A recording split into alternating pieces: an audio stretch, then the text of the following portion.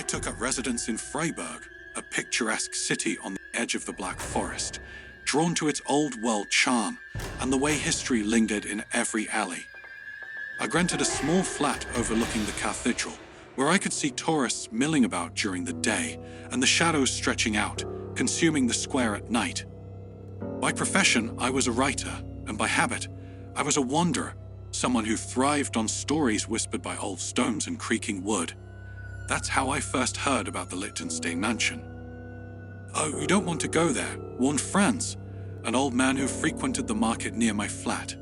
He sold books, mostly old volumes with cracked spines and frayed pages, the kind I couldn't resist. "The place is cursed." It didn't take much to spark my curiosity. The mansion, he said, had once belonged to a noble family in the late 17th century. The Liechtensteins were powerful back then, known for their influence in matters both political and occult. But after a mysterious fire in 1692 that claimed the lives of the entire family, the house stood abandoned, brooding at the edge of the forest, and none dared to claim it. Whispers of witchcraft, black rituals, and a blood pact with some infernal entity clung to the mansion like fog on a winter's night. I found myself drawn to it. Perhaps it was foolish. Perhaps it was some buried part of me that craved the unknown, but I had to see it. The first night I ventured there, the wind howled through the treetops, and the moon hung low, casting an eerie glow over the mansion's shattered windows. The iron gate was unlocked, rusted and bent, as if pried open by something with strength beyond comprehension. I hesitated but pressed on, the gravel crunching under my feet as I stepped onto the overgrown path leading to the mansion's front doors. Inside, the air was stale, heavy with the scent of decay and neglect. Cobwebs draped over old portraits, their eyes gouged out, faces twisted in expressions of anguish. I could almost hear their screams. Oh, more to myself than to anyone else. What horrors had they witnessed here? It was then I saw her for the first time, a woman standing at the foot of the grand staircase. She was dressed in a tattered gown that might have once been white, but was now stained with the shades of rot and time. Her eyes, oh, those eyes were hollow, empty, as if the soul behind them had long since been ripped out. She turned to me, lips parting in what I could only describe as a breathless, agonizing moan. "Leave," she whispered, the word crawling over my skin like insects.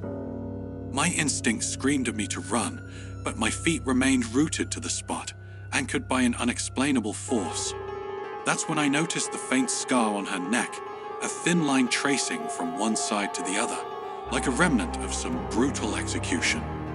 My mind raced back to Franz's stories about how a maid had been executed for heresy when she refused the Liechtenstein's demands for her blood to be used in a ritual. Could it be her? Could it be? The air grew colder, and suddenly I felt something else. A flicker of movement caught my eye in the reflection of an old window. A man, tall and imposing, stepped forward, his eyes burning with malice, staring directly at me. "Who are you?" I demanded, my voice shaking. I could feel my pulse thundering in my ears, the sound so loud I almost missed his response. "I am what they feared," he answered, his voice reverberating through the walls. He stepped closer, and I saw the chains around his wrists, chains that seemed to glow faintly, as if etched with runes or symbols I couldn't recognize. They bound me here, hoping to contain my wrath. "Why? What did they do?" I whispered. "Centuries ago, they betrayed me," he snarled, the chains rattling as he raised his hand. "I was their loyal servant, their protector, but greed turned them against me." He paused, and in that moment, I saw the scar across his neck, identical to the woman's. They sought power, and in their hunger, they sacrificed me to the forest. My blood spilled into the roots, and my soul became one with the darkness. Oh, God. My breath caught in my throat as the realization hit me. "But they failed," he continued, his voice now a whisper, like dead leaves rustling in the wind. "Their curse bound me here, but it could not destroy me. And now I wait for vengeance." I took a step back, suddenly aware of the way the walls seemed to pulse, like the mansion itself was alive, breathing in tandem with him. I needed to leave, but something stopped me, a sudden thought, a sudden revelation. You've been waiting for them to return. He smiled, and it wasn't a human smile. They never left, he murmured. Their blood, their essence, it flows through this place, through you. What? My voice cracked. No, I'm not. Are you certain? He whispered, leaning close, so close I could feel the coldness radiating from him. The blood of the Liechtensteins runs deep. And you're here, aren't you? Drawn to this place. To me. No, I gasped, stumbling back. No, I'm not one of them. But in that moment, I saw it, a glint of gold around my neck, an heirloom pendant my grandmother had given me. I'd never thought much of it, but now, under the dim light, I could make out the crest, the very same crest engraved on the mansion's front door. And then, the realization hit me. The air grew heavy, oppressive, as if the mansion itself had closed in around me. You're lying, I spat out, refusing to accept it. Oh, you'll see soon enough, he hissed, his voice echoing in the darkness. You'll see. I ran. I don't remember how I found the exit or how I got back to the city. But that night, as I reached the safety of my flat, I looked down at my hands. They were covered in dirt, soil from the mansion's grounds. And as I stared into the darkness of my room, I saw that woman again, standing in the corner. Her eyes were empty, and this time, she smiled.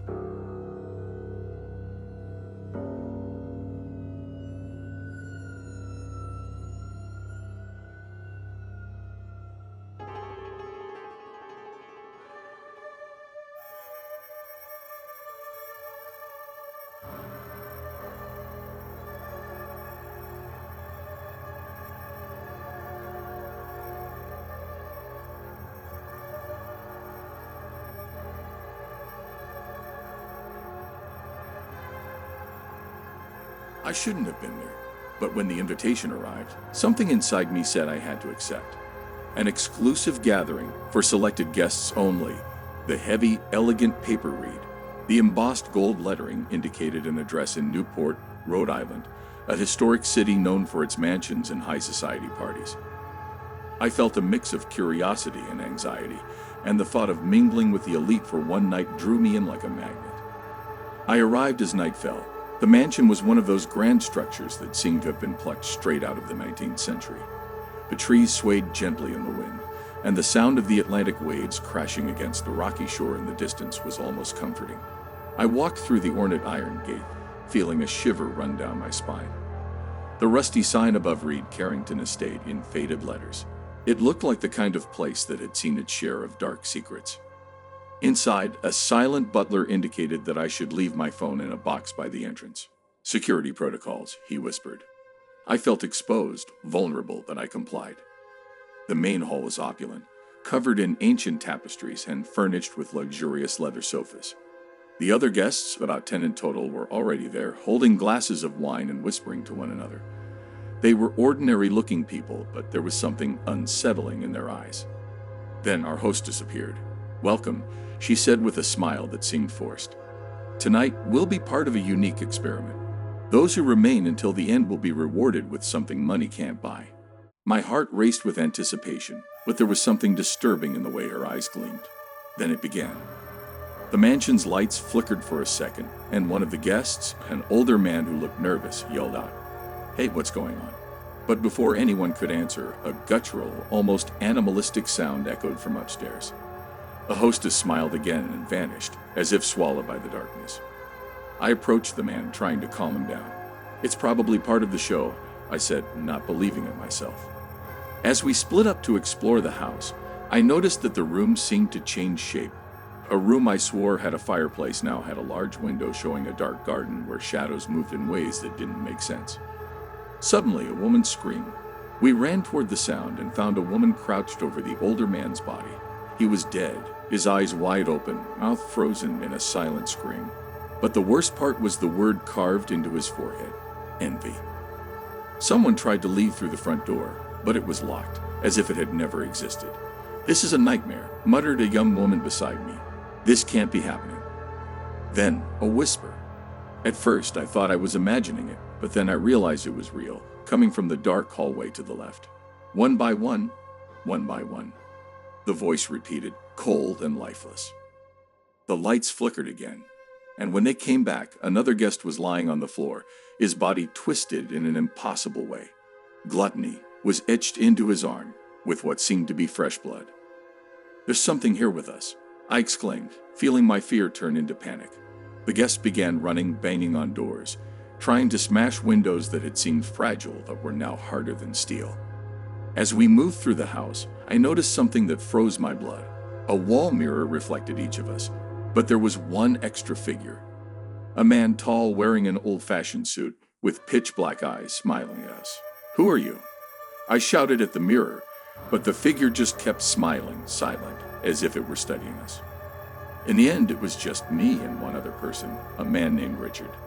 We were cornered in the mansion's library, the sound of footsteps growing closer, while the whispering voice grew louder. "All sinners must pay, all." "Oh God, please," Richard muttered, sobbing, when suddenly the door swung open. There stood the hostess, her appearance now distorted and grotesque, her skin sagging as if it were melting away.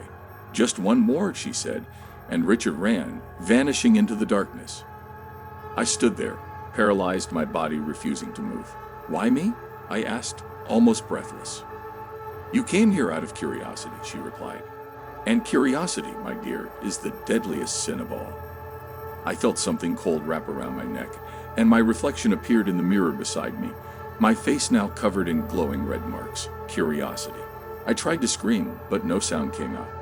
The man in the suit behind me stepped closer, placing his hand on my shoulder. "Welcome," he whispered. And then everything went black. I woke up at home, drenched in sweat, trembling. I glanced at the clock. It was the same night I had left for the party. What the hell had happened? I staggered to the bathroom, and when I looked in the mirror, there it was, etched into my forehead. Curiosity. And then I heard the whisper behind me. One by one. One by one.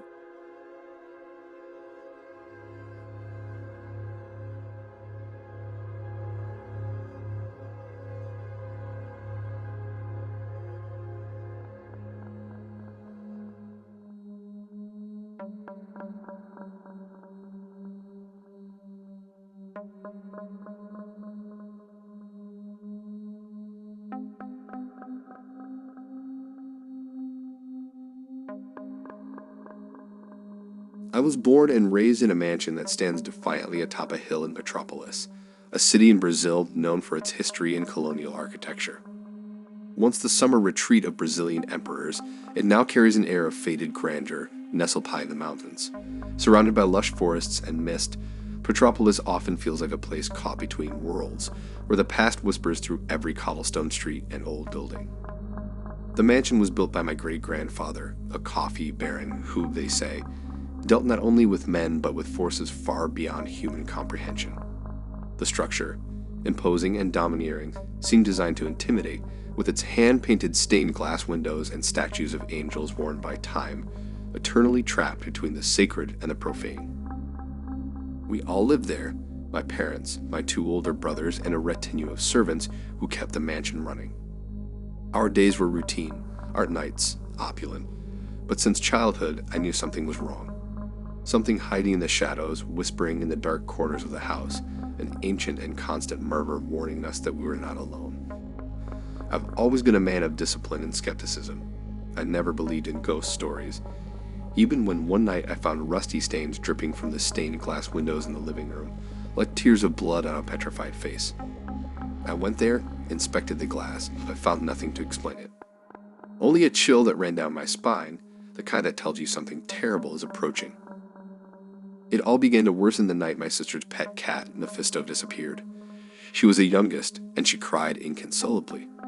We searched for him in the backyard when, under the moonlight, I spotted him huddled beneath a tree, his eyes, once shining like amber spheres, now dull and lifeless. His black fur, once so vibrant, seemed to have lost its sheen, as if life itself had been drained from him. A shiver ran down my spine, and I knew this was only the beginning. From that day, the mansion began to reveal its true nature. A few days later, my mother was the first to be claimed. She had always been a lively woman, a strong, constant presence. One morning, when she didn't appear for breakfast, I went to her room and I found her sitting in her rocking chair, facing the window. I called out to her, but she didn't respond. As I approached, I noticed a sickly sweet scent, like flowers left too long in the heat.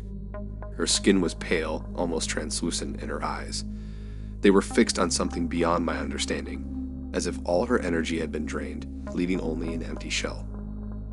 The servants, sensing that something malevolent was at play, began to leave. One by one, they packed their bags in the dead of night and never returned. I couldn't blame them. Who would stay in a place where death seemed to dance in the moonlight, an invisible but ever-present force felt in every corridor? Only Dona Lourdes, the housekeeper, remained. She had raised us as if we were her own children, and even in the face of fear, refused to abandon us. "Someone has to take care of you," she said. Little did she know that her fate was already sealed. My little sister was the next to succumb to the strange affliction that plagued our house. She began to act strangely, as if drawn to something only she could hear. One night, I was awakened by a distant melody, a whispered lament that seemed to come from the garden. When I descended, I found her there, standing before the marble statue of an angel, her bare feet sinking into the damp earth. Her expression was one of peace, but also of profound sorrow, as if she understood something terrible. When I tried to call her back, she slowly turned to me, her eyes lost in a void I couldn't fathom. "She called me," she said, her voice barely a whisper before her head gently tilted to the side, her breath ceasing like a flame snuffed out by the wind. In that moment, I knew there was no turning back, that we were all destined for an inevitable end. Ricardo was always the opposite of us. He was the rebel, the constant discord in our home. Even so, after the deaths of our mother and sister, he seemed calmer, almost resigned, as if something had tamed him. But the tranquility didn't last. One night, I heard the sound of laughter echoing down the hallway and found him in the drawing room, standing before the grand gilded mirror that had belonged to our family for generations. Ricardo danced alone, moving to the rhythm of a song only he could hear, his eyes wide and reflecting a manic gleam. And before I could speak, his laughter stopped, and he fell heavily, his gaze locked on his own reflection, as if he had been dragged into a place from which he would never return. Things worsened when my eldest brother, Eduardo, fell prey to whatever was lurking. He was the bravest among us, always laughing at the mansion's legends and tales. One night, I heard a noise coming from the attic and went to check. I found him standing still, staring at a spot in the wall. "Eduardo." I called, but he didn't move. When I touched his shoulder, he fell backward, eyes wide open, mouth agape in a silent scream. There were no marks, nothing to explain what happened. But his body was cold, as if he had been there for hours, though I knew he had just gone up minutes before. Eduardo's absence left an unbearable void. Only my father, Dona Lourdes, and I were left in the house.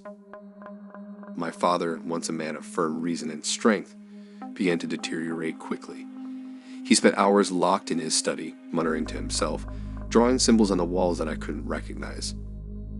One night, I heard a heavy thud and rushed in to find him lying on the floor, twisted in an impossible position, eyes staring blankly at the ceiling. On the wall, he had scratched with his own bloodied nails, "She is here." And then it was just me and Dona Lourdes. She was the only anchor to sanity I had left. But one night, I heard a soft sigh from the kitchen. I ran there and found her slumped over the table, a cup still warm beside her. Her eyes, which had looked upon me with kindness and understanding so many times, were now vacant, staring at something far beyond this world. I couldn't hold back my tears. Now I was utterly alone. A deadly silence fell over the mansion, and every night I heard the footsteps of that thing moving through the corridors, always approaching, always watching. I decided to face whatever it was. I waited until the house fell into silence, and armed with a kitchen knife, I followed the noises that seemed to echo from the basement. The door creaked, and a wave of a foul stench hit me. There in the darkness I saw a shadow. It wasn't just any shadow. It was dense, pulsating in its eyes. Oh, those eyes. They burned with an ancient hatred, a wrath that seemed to embody all the pain and suffering ever felt in this world. "Why are you here?" I demanded, trying to keep my voice steady, but failing miserably. The entity moved, dragging itself toward me. leaving a black, viscous trail on the floor. And then it spoke. Its voice was rough, drawn out, echoing like wind through dried leaves. You stole what was mine. Despair took hold, but there was something else, a rage I couldn't explain. I ran up the stairs to the top floor of the mansion. I knew something awaited me, something I had to confront. And there in the attic, under the pale light of the moon filtering through the cracks, she stood, the woman of the mist. She had the appearance of a woman, but her face, I couldn't fix my eyes on it. Every second, it changed, reflecting every soul she had claimed over the centuries. Why only me? I asked, feeling my skin burn and my bones grow heavy like lead. She smiled, and in that smile, I saw the death of my entire lineage. Because you were the last to resist. And then the wind blew and I fainted. I woke at dawn alone. No shadows, no sound. Only the emptiness of a house that had finally fulfilled its vengeance. I left without looking back, but as I descended the hill, a voice echoed in my mind, whispering, "We will meet again." Now, every night, as I close my eyes, I see those shadows dancing. I feel her presence drawing closer. And I know that one day, one day she will come to take what's left of me.